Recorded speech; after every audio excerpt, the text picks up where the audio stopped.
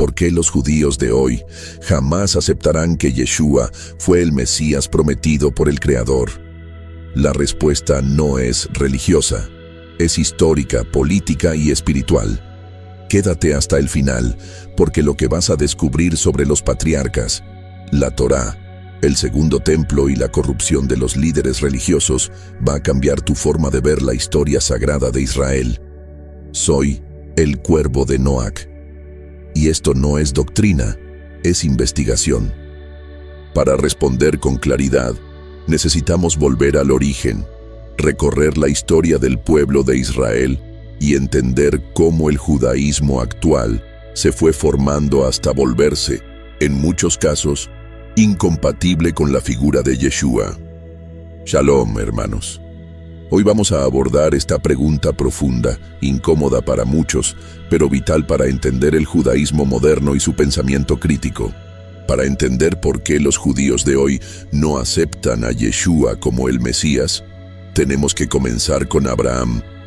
El llamado a Abraham marca el inicio de un pueblo distinto, apartado, con propósito eterno.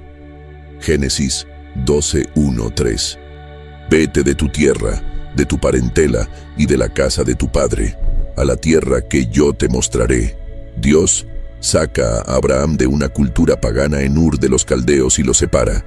Le promete una gran nación, un nombre grande, que será bendición para todas las familias de la tierra.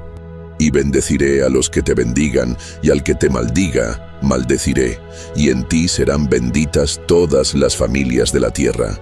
Este pacto no fue simbólico ni espiritual, fue literal, físico, eterno y hereditario. Génesis 15:5-6. Y lo llevó fuera, y le dijo: Mira ahora los cielos y cuenta las estrellas, si las puedes contar. Así será tu descendencia. Y creyó en Adonai, y le fue contado por justicia. Aquí aparece el principio de la emuná, fe fiel, como fundamento del pacto. Este acto de fe define no solo a Abraham, sino a todos sus descendientes fieles. La promesa se transfiere, Isaac y Jacob. Dios no cambia de plan. La promesa pasa de Abraham a su hijo Isaac, y de Isaac a Jacob. Es Jacob quien lucha con un ángel tradicionalmente llamado Samael, y recibe el nombre Israel, que significa el que lucha con Dios. Génesis 28:13-14. Yo soy Yod Hei Vav Hei, el Dios de Abraham tu padre y el Dios de Isaac. La tierra en que estás acostado te la daré a ti y a tu descendencia. Y serán bendecidas en ti todas las familias de la tierra y en tu simiente. Aquí vemos que la promesa sigue en línea directa. No es para cualquier descendiente físico, es para aquellos que continúan en la fe del pacto. ¿Por qué es importante esto para entender a Yeshua? Porque desde el inicio, Dios no solo prometió tierra y descendencia, prometió una simiente santa, una descendencia específica que bendeciría al mundo entero. Gálatas 3:16, comentario de Rab Shaul, más conocido como Pablo de Tarso. Ahora bien, a Abraham fueron hechas las promesas, y a su simiente, no dice, y a las simientes, como si hablase de muchos, sino como de uno, y a tu simiente, la cual es el Mesías. La promesa a Abraham no era simplemente nacionalista, era mesiánica. Establecía un linaje, una fe, una expectativa. Desde ese momento, Israel esperaba una nación que viviera en pacto con el Eterno, una tierra que sería herencia eterna, una simiente que traería redención a todo el mundo. Esa simiente es Yeshua, pero el rechazo comienza cuando se pierde de vista el verdadero significado del pacto. ¿Te gustaría estudiar la Biblia y aprender hebreo al mismo tiempo? Este material es perfecto para ti. Con esta Torá bilingüe podrás profundizar en la palabra del Creador, entender el verdadero significado de los textos originales, aprender hebreo de forma práctica mientras estudias la Escritura ideal para principiantes y estudiantes avanzados que quieren conectar con la raíz hebrea de su fe. Disponible en Kindle Amazon. Haz clic en el link de la descripción para adquirirlo y comenzar tu estudio hoy mismo. Tras la promesa a Abraham, Isaac y Jacob, los hijos de Israel bajan a Egipto. Allí, con el paso del tiempo, se convierten en esclavos bajo el dominio del faraón. La opresión es dura, pero también profética, porque así estaba escrito. Génesis 15, 13, 14. Ten por cierto que tu descendencia será extranjera en tierra no suya, y los afligirán 400 años. Pero también a la nación a la cual servirán, yo juzgaré, y después saldrán con gran riqueza. El Eterno levanta entonces a Moisés, un hebreo criado en la casa del faraón, para liberar al pueblo con poder sobrenatural. El Éxodo, nacimiento de la nación. La salida de Egipto no fue solo una liberación política, fue el nacimiento de Israel como pueblo apartado. Éxodo 6, 6, 7. Yo soy Yod-Hei Vav-Hei, y os sacaré de debajo de las cargas de Egipto. Os tomaré por mi pueblo, y seré vuestro Dios. Dios no solo libera, adopta a Israel como su pueblo. No es una relación religiosa, es una alianza nacional con el Creador del universo. El monte Sinaí y la Torá. Al tercer mes después del Éxodo, el pueblo acampa frente al monte Sinaí. Allí ocurre el momento más sagrado de la historia de Israel. Dios mismo habla desde el cielo y entrega su Torá. Éxodo 19, 5, 6. Ahora pues, si dieres oído a mi voz y guardares mi pacto, vosotros seréis mi especial tesoro sobre todos los pueblos, y vosotros me seréis un reino de sacerdotes y gente santa. Esto no es religión, es pacto de reino. Israel fue llamado a ser nación sacerdotal, santa, guiada por la Torá. Éxodo 21, Vayedaber Elohim et kol hadbarim, haele lemor. Y habló Dios todas estas palabras, diciendo: Dios da los 10 mandamientos con su propia voz. El pueblo escucha y tiembla. Luego Moisés sube al monte para recibir el resto de la instrucción, la Torá escrita. ¿Qué es la Torá? La Torá no es simplemente ley. Es instrucción divina, guía de vida, sistema de justicia, salud, moral, espiritualidad y comunidad. Incluye mandamientos morales, leyes civiles, rituales de pureza, instrucciones para el templo y los sacrificios, las fiestas del Eterno, y un esquema profético que apunta al Mesías. Cada mandamiento estaba diseñado para separar a Israel del mundo y prepararlos para el reino de Dios. Moisés y el Mesías. El mismo Moisés profetizó que vendría un profeta como él. Deuteronomio 18, 18, 19. Profeta, les levantaré de en medio de sus hermanos, como tú, y pondré mis palabras en su boca, y el que no oyere mis palabras, yo le pediré cuenta. Los sabios reconocen que este pasaje apunta al Mesías, un profeta como Moshe, pero mayor que él, con autoridad celestial. Conexión con Yeshua. Cuando Yeshua sube a enseñar en el monte, Mateo 5, repite el patrón de Sinaí, pero no cambia la Torá, sino que la eleva a su propósito más profundo, escrita no solo en piedra, sino en el corazón. No penséis que he venido para abrogar la Torá o los profetas. No he venido para abrogar, sino para cumplir. Mateo 5, 17. Israel nace como nación en el Éxodo. La Torá es entregada como pacto de reino. Moisés es el mediador de ese pacto, pero él mismo anuncia la venida de otro mediador mayor, el Mesías. Para los que esperaban un Mesías fiel a la Torá, Yeshua era la continuidad perfecta. Pero para los que ya habían comenzado a añadir tradiciones humanas, Yeshua se convirtió en una amenaza. Después de 40 años en el desierto, debido a la rebeldía de una generación incrédula, el liderazgo de Israel pasa de Moshe a su discípulo fiel. Yehoshua, traducido como Josué, pero realmente es el mismo nombre del Mesías, pero en hebreo. Este nombre significa Yod, Hei Vav, Hei salva, un nombre que en hebreo es idéntico al nombre original de Yeshua. Yehoshua, Yeshua. Salvación de Yod, Hei Vav, Hei.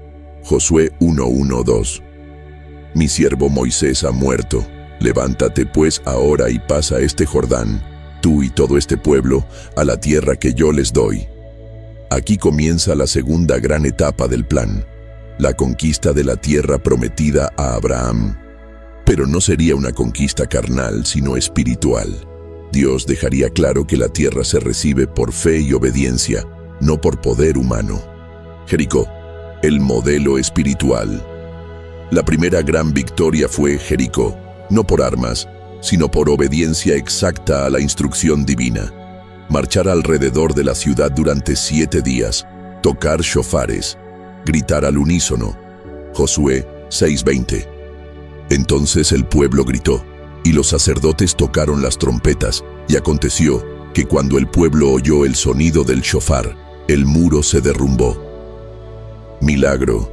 La tierra prometida no se obtiene por la carne, sino por fe obediente. Este patrón se repetiría una y otra vez. La tierra como herencia, no como derecho. Cada tribu recibe su parte.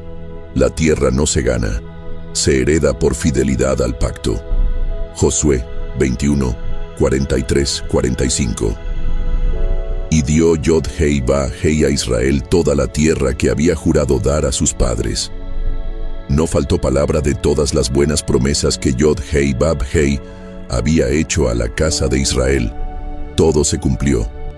La fidelidad de Dios es absoluta. El problema no es el eterno, el problema siempre es el corazón del pueblo. Aquí nace la expectativa del reino de Dios. Con la tierra conquistada y el pueblo establecido, Israel comienza a vivir su identidad como nación apartada. Pero aún no hay rey. El pueblo depende de los shofetim, jueces, para guiarse. Ya desde aquí comienza a germinar la expectativa de un liderazgo ideal, un Mashiach rey, un siervo de Dios que unifique a Israel y establezca justicia permanente. Conexión con Yeshua.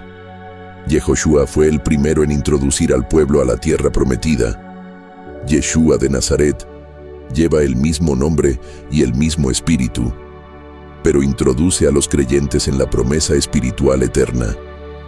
Así como Yehoshua venció Jericó sin espada, Yeshua vence al pecado sin ejército terrenal. Ambos son líderes de una conquista santa, no por la carne, sino por la fe. Yehoshua dirige la conquista con dirección divina. La tierra es dada por fe, no por mérito. Cada tribu recibe herencia conforme a su fidelidad. El modelo apunta a una esperanza futura. Un rey justo, fiel a la Torá, que complete la redención. Una vez culminada la conquista, llega una etapa clave. La repartición de la tierra prometida entre las 12 tribus de Israel.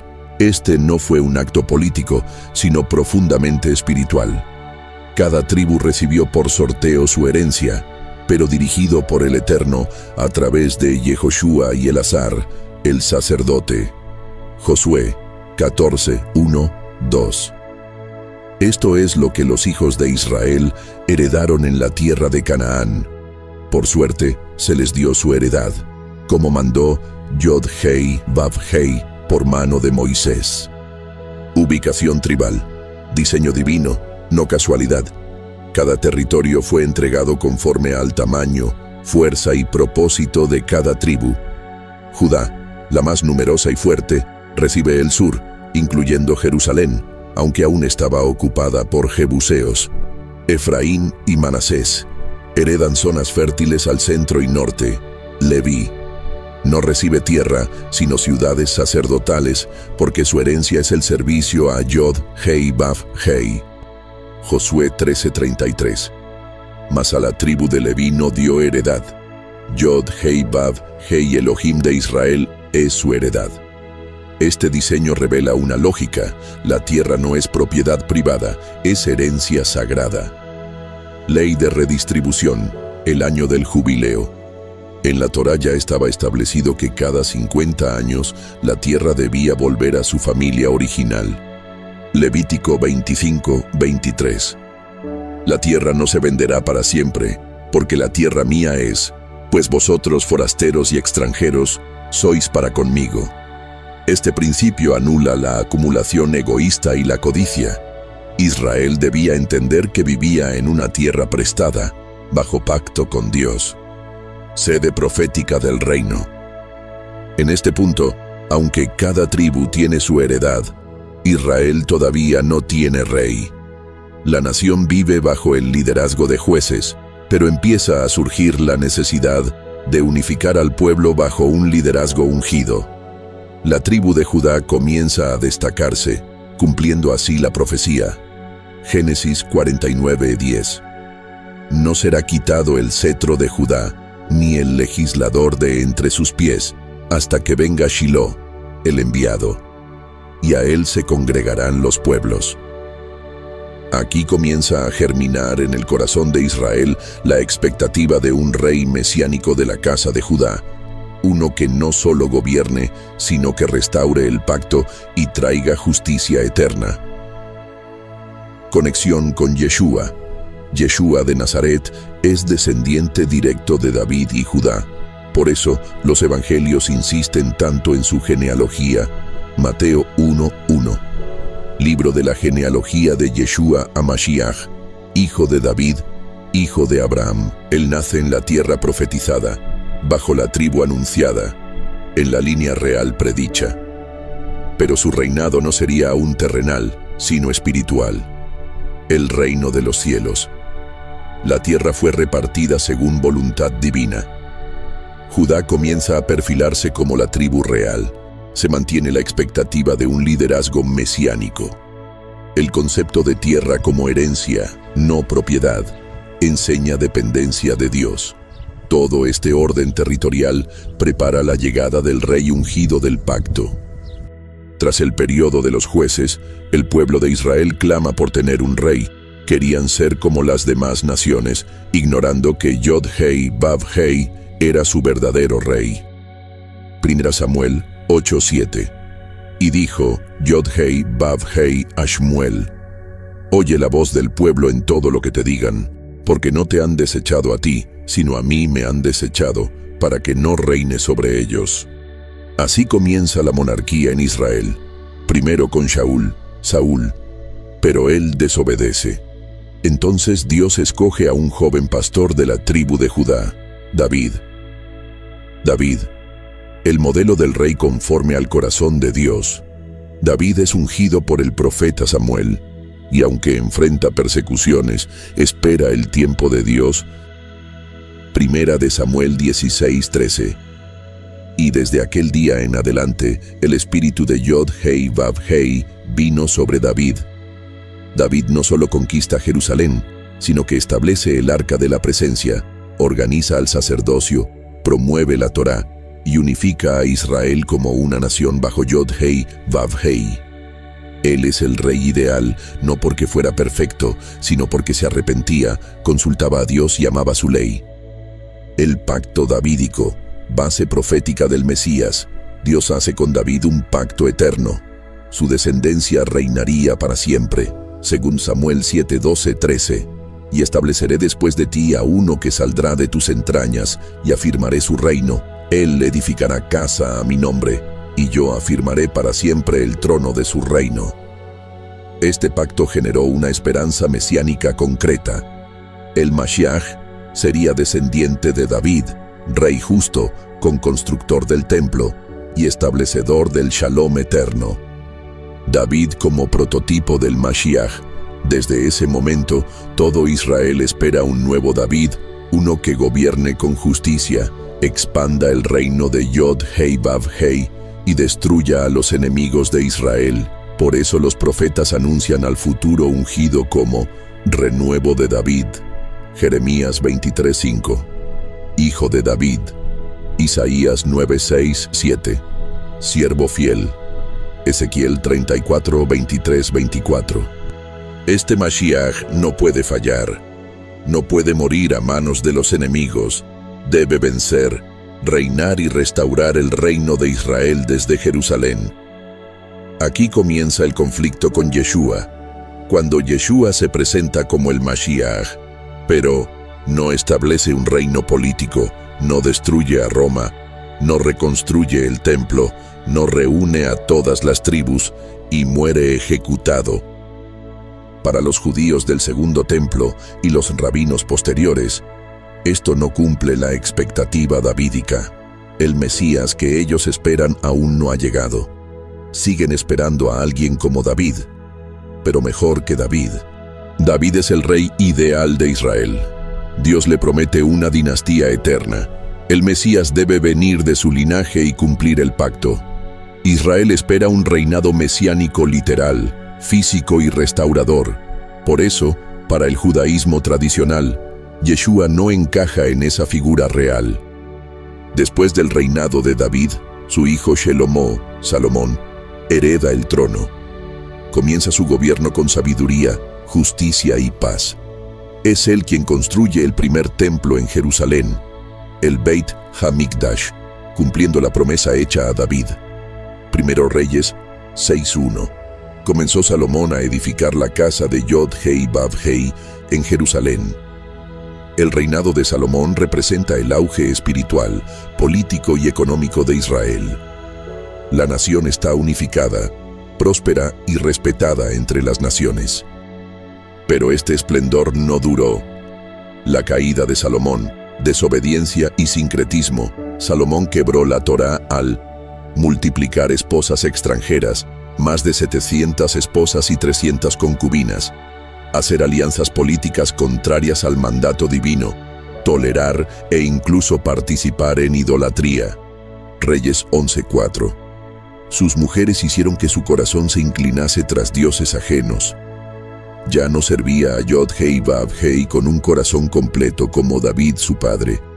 Esto provocó el enojo divino y marcó el inicio del declive espiritual de Israel. Consecuencia, la división del reino. Por esta rebelión, Dios declara que el reino sería dividido después de Salomón. Reyes 11:11. Por cuanto has hecho esto, romperé de ti el reino y lo entregaré a tu siervo. Y así, tras la muerte de Salomón, su hijo Roboam, hereda el trono, pero actúa con arrogancia y opresión. El pueblo se rebela y 10 tribus del norte se separan, formando un nuevo reino bajo Jeroboam. 2 reinos, Judá y Efraín, Israel. A partir de aquí, Israel ya no es una sola nación, sino 2. Reino del norte, Israel, Efraín, con capital en Samaria. 2. Reino del sur, Judá, con capital en Jerusalén. Esto trae guerras civiles, idolatría, falsos profetas y eventualmente la destrucción de ambos reinos. La esperanza mesiánica también se fragmenta. Mientras Judá guarda la promesa del trono de David, el norte se desvía completamente del pacto. Oseas 1:6-9. El profeta declara que el reino del norte sería desechado. No son mi pueblo, y yo no seré su Dios. Pero también hay promesa de restauración. Oseas 1:10. En el lugar donde les fue dicho, no sois mi pueblo, se les dirá, hijos del Dios viviente. Esta fractura histórica prepara el terreno para la futura dispersión de las tribus y el anhelo de un Mesías que reúna a todos nuevamente. Implicación para la figura del Mesías. A partir de esta división surge un nuevo requisito mesiánico. El Mesías debe unir nuevamente a Judá y a Efraín, restituir la unidad del pueblo y restaurar el reino de Israel como en los tiempos de David y Salomón, pero sin pecado ni división. Para el judaísmo, Yeshua no cumplió esto, no unió las tribus ni restableció el trono en Jerusalén. Salomón desobedece a la Torá y cae en idolatría. Dios anuncia la división del reino como juicio. Surgen 2 reinos, Judá y Efraín. El Mesías debe, entre otras cosas, reparar esta ruptura histórica. Esto se convierte en uno de los motivos por los que los judíos rechazan a Yeshua como el rey esperado. La división del reino debilitó al pueblo. El reino del norte fue conquistado por Asiria en el 722 a.C. y sus tribus fueron dispersadas, pero el reino del sur aún se mantenía hasta que llegó el imperio babilónico. La caída de Judá, juicio inevitable. Los profetas como Jeremías, Ezequiel e Isaías advirtieron constantemente: si el pueblo no se arrepentía de su idolatría, injusticia y olvido de la Torá, Yod Hei Vav Hei los enviaría al exilio. Jeremías 25, 8, 9. Por cuanto no habéis oído mis palabras, yo enviaré a Nabucodonosor, rey de Babilonia, mi siervo, y los traeré contra esta tierra, y la convertiré en desolación. En el año 586 a.C., Jerusalén fue sitiada, el primer templo fue destruido, y gran parte del pueblo fue llevado cautivo a Babilonia. Impacto del exilio en la identidad judía. La destrucción del templo fue un golpe profundo. Ya no había altar, ni sacrificios, ni sacerdotes en funciones. En el exilio, el pueblo comienza una transformación. Se aferran a la Torá escrita y oral como único vínculo con Yod Hei Vav Hei. Surgen las primeras sinagogas como centros de enseñanza y oración. Se consolida la figura del escriba y maestro de la ley. Se fortalecen las ideas de pureza, separación de las naciones y esperanza en la redención futura. Daniel y la esperanza mesiánica en el exilio. Durante el exilio, el profeta Daniel recibe visiones del futuro de los imperios del mundo y del reinado del ungido. Daniel 7, 13, 14. Vi en las visiones de la noche: uno como hijo de hombre, se le dio dominio, gloria y reino. Su dominio es eterno, que nunca pasará. Aquí aparece una figura mesiánica celestial, distinta del Mesías político o guerrero esperado. Esta visión alimentará diferentes expectativas mesiánicas en siglos posteriores. Nacimiento de un judaísmo más estructurado. Durante el exilio y especialmente al regreso, el judaísmo se reestructura. Las escrituras comienzan a organizarse y recopilarse. Se desarrolla la ley oral que más adelante será la base del Talmud. Se intensifica la necesidad de observar los mandamientos lejos de la tierra. La esperanza mesiánica crece, pero ahora se centra en restaurar la tierra, el templo y el pacto con Yod Hei Vav Hei. Implicación para la figura de Yeshua. Después del exilio, el Mesías esperado debe restaurar el templo, reunir al pueblo disperso, establecer justicia basada en la Torá y asegurar que nunca más haya exilio ni destrucción. Cuando Yeshua aparece siglos después, el templo aún está de pie, pero el pueblo sigue bajo el dominio de un imperio extranjero. Para el judaísmo de entonces y los rabinos posteriores, Yeshua no cumplió las expectativas proféticas que surgieron tras el exilio. Judá es llevada a Babilonia por su desobediencia. El templo es destruido y comienza una transformación radical del judaísmo. Aparecen las sinagogas, la ley oral y un nuevo liderazgo centrado en la enseñanza. El Mesías ahora debe ser un redentor total. Templo, tierra y Torá. Para el judaísmo, Yeshua no cumplió con esta misión nacional y espiritual. Después del regreso del exilio, los que reconstruyeron el templo y el sistema de adoración en Jerusalén buscaban una pureza estricta del linaje, la fe y el culto. Esto generó una fuerte separación entre los que regresaron de Babilonia y los que se habían quedado en la tierra o se habían mezclado con otras naciones. Entre ellos estaban los samaritanos. ¿Quiénes eran los samaritanos y por qué eran despreciados? Los samaritanos eran descendientes del reino del norte que se habían mezclado con pueblos extranjeros durante el exilio asirio. Aunque creían en el Elohim de Israel y seguían la Torá, adoraban en un monte diferente y no participaban del culto en Jerusalén. Para el judaísmo post-exilio, los samaritanos eran considerados mestizos religiosos, impuros, imposibles de redimir. Juan 4:9. Los judíos no se tratan con los samaritanos. Pero Yeshua no los vio así. Yeshua no compartía esa visión excluyente. De hecho, fue a Samaria, habló con una mujer samaritana y la trató como hija de Israel. Más aún, enseñó en una parábola que el buen samaritano era más justo que los líderes religiosos de su tiempo. Lucas 10:33. Yeshua no vino por una religión o un sistema, vino a buscar a los perdidos de la casa de Israel. Mateo 15:24. No soy enviado sino a las ovejas perdidas de la casa de Israel. Para él, ni los samaritanos, ni los exiliados, ni los despreciados estaban excluidos. Pero el liderazgo religioso ya había cerrado esa puerta. ¿Qué tipo de judaísmo existía en ese tiempo? En la época del Segundo Templo existían diversas corrientes dentro del judaísmo, cada una con su visión del mundo, del templo, de la política y del Mesías. Fariseos eran religiosos estrictos, guardaban la Torá escrita y la oral. Creían en la resurrección y en los ángeles, dominaban las sinagogas. 2. Saduceos eran los aristócratas del templo, no creían en la resurrección. Solo aceptaban la Torá escrita, controlaban el sacerdocio. Esenios, separatistas que vivían en el desierto, practicaban pureza extrema, rechazaban el templo por considerarlo corrompido.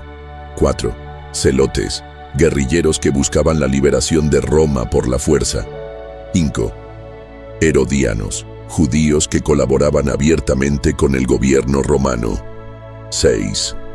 Nazarenos, Nazratim, los discípulos de Yeshua, que creían en él como el Mesías y guardaban la Torá con un corazón renovado. Corrupción del poder y alianza con Roma. Roma había convertido a Judea en una provincia controlada por gobernadores. El rey Herodes, aunque de ascendencia idumea, edomita, fue puesto por el Imperio Romano y no tenía legitimidad davídica. Además, el sumo sacerdote ya no era elegido por mandato divino, sino colocado por Roma o por Herodes, según conveniencia política. El Sanedrín muchas veces era manipulado para favorecer los intereses del imperio. La corrupción estaba en todos los niveles.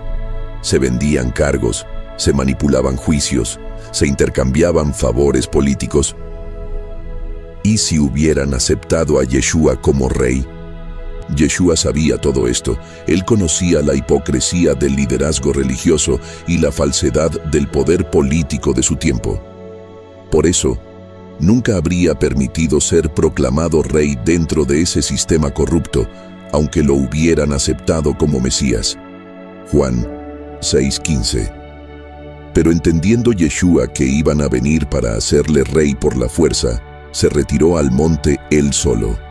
Él no vino a tomar el trono desde la política, sino a establecer el reino de Yod-Hei-Vav-Hei desde el corazón de los que le escuchan.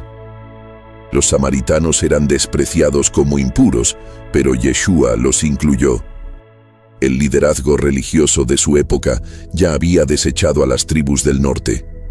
Había muchas sectas judías, cada una con doctrinas y objetivos distintos. Roma dominaba políticamente y había corrompido el liderazgo judío. Yeshua no buscaba coronarse en ese sistema. Su reino no era de este mundo. Para entender por qué Yeshua fue rechazado por los líderes religiosos y muchos de su tiempo, debemos entender qué tipo de Mesías esperaban los judíos del Segundo Templo. No era un tema solamente teológico, era político, nacional, profético y hasta militar. Requisitos del Mesías en el Segundo Templo. Las escrituras hebreas hablaban de un rey del linaje de David, ungido por Yod-Hei-Vav-Hei, que cumpliría lo siguiente: 1. Restaurar la soberanía de Israel, expulsar a los invasores como los romanos. 2. Reconstruir o purificar el templo, devolver la gloria al lugar santo. 3. Reunir a las 12 tribus, traer de vuelta a los exiliados, especialmente del norte. 4. Establecer la paz mundial, que Israel gobierne con justicia a las naciones, cumplir toda la Torá y hacer que otros también la cumplan. Isaías 11, 1-4. Y saldrá una vara del tronco de Isaí. No juzgará según la vista. Juzgará con justicia a los pobres y herirá la tierra con la vara de su boca. Este Mesías debía ser rey, líder militar, guardián de la Torá y juez justo. Yeshua no cumplía con esa figura. Según ellos, cuando Yeshua apareció, no reunió un ejército, no destronó a Roma, no purificó el templo permanentemente, no declaró juicio sobre las naciones y murió crucificado como un criminal. Para los fariseos y saduceos, eso era inaceptable. Deuteronomio 21:23. Maldito por Elohim el colgado en un madero. En lugar de un líder glorioso, vieron a un hombre que comía con pecadores, que sanaba en Shabbat y que desafiaba su autoridad. Un hereje para los saduceos, un blasfemo para los fariseos. Pero Yeshua estaba revelando otro tipo de reino. Su misión no era política, no vino a imponer la Torá por la espada, sino a cumplirla desde el interior del corazón. No vino a destruir Roma, sino a derrotar el pecado, el orgullo y la muerte. Lucas 17, 20, 21. El reino de Elohim no vendrá con advertencia. El reino está entre vosotros. Su reino no era de este mundo. Por eso, los líderes no pudieron reconocerlo, porque estaban esperando un Mesías a su medida, no al que el cielo había enviado.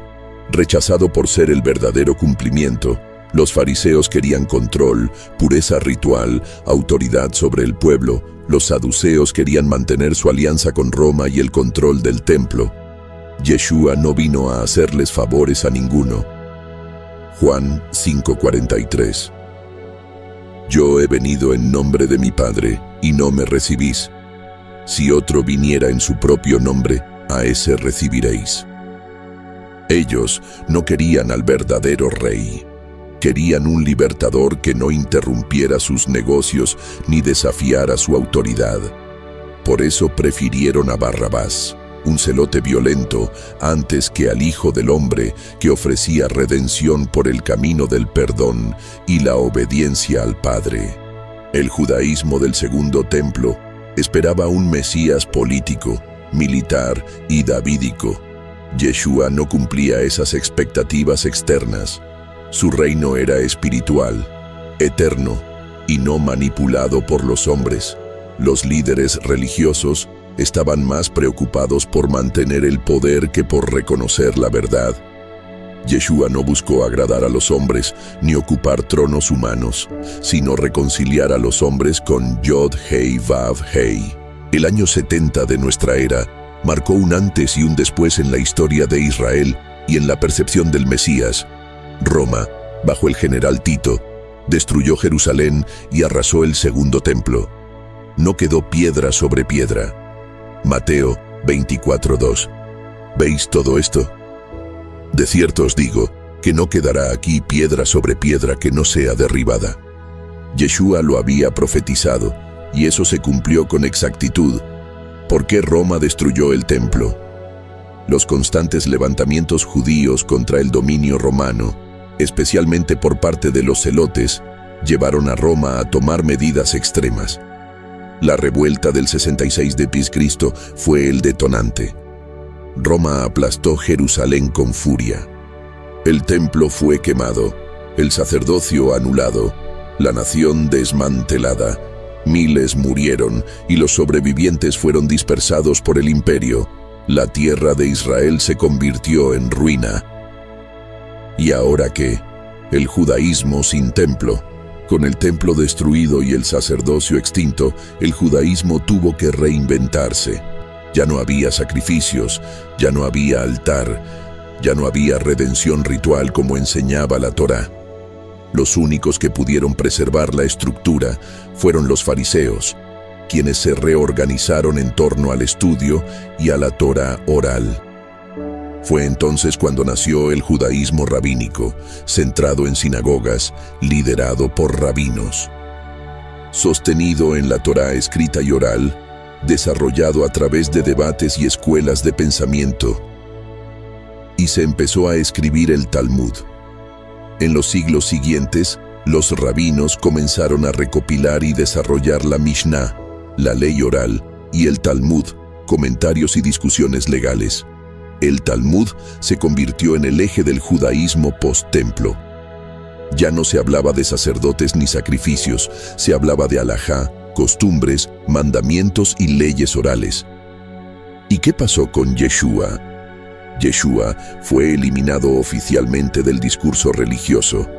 El nuevo judaísmo rabínico rechazó abiertamente cualquier idea de que él fuera el Mesías por 3 razones principales.